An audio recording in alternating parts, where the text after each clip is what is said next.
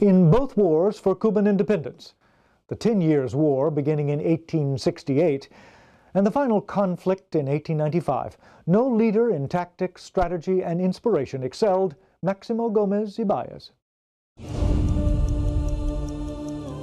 A Moment in Time with Dan Roberts. Gomez was born of prosperous parents in the Dominican Republic and received training as a Spanish cavalry officer. He commanded reserve troops there and then transferred to Cuba in 1865.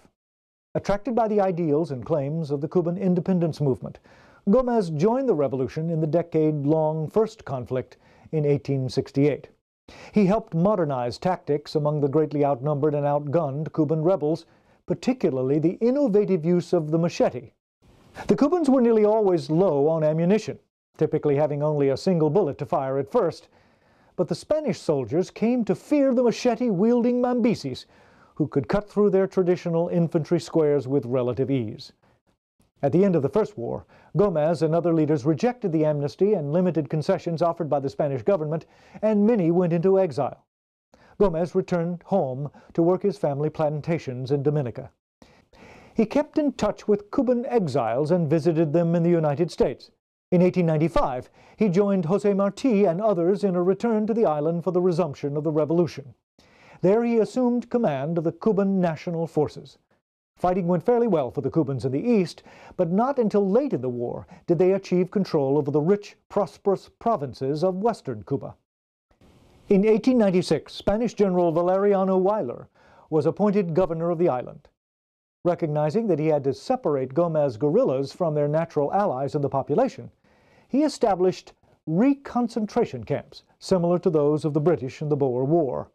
There, in abysmal circumstances, filth, hunger, and disease, over 300,000 Cubans languished and many died.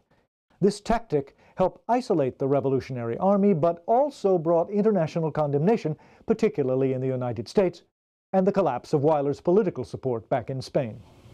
The sacrifices and hard fighting endured by the rebels laid the groundwork for the disintegration of Spanish will and military position when the United States declared war and intervened in 1898. The U.S.'s contribution was considerable and probably secured the final result. But Cubans jealously asserted at the time and today that without the fighting of native Cubans over many years in softening up the Spanish forces, the outcome might have been far more contentious. Gomez disdained politics. He refused the presidency of the newly independent Cuba in 1902, retired to a villa outside Havana, and died in June 1905.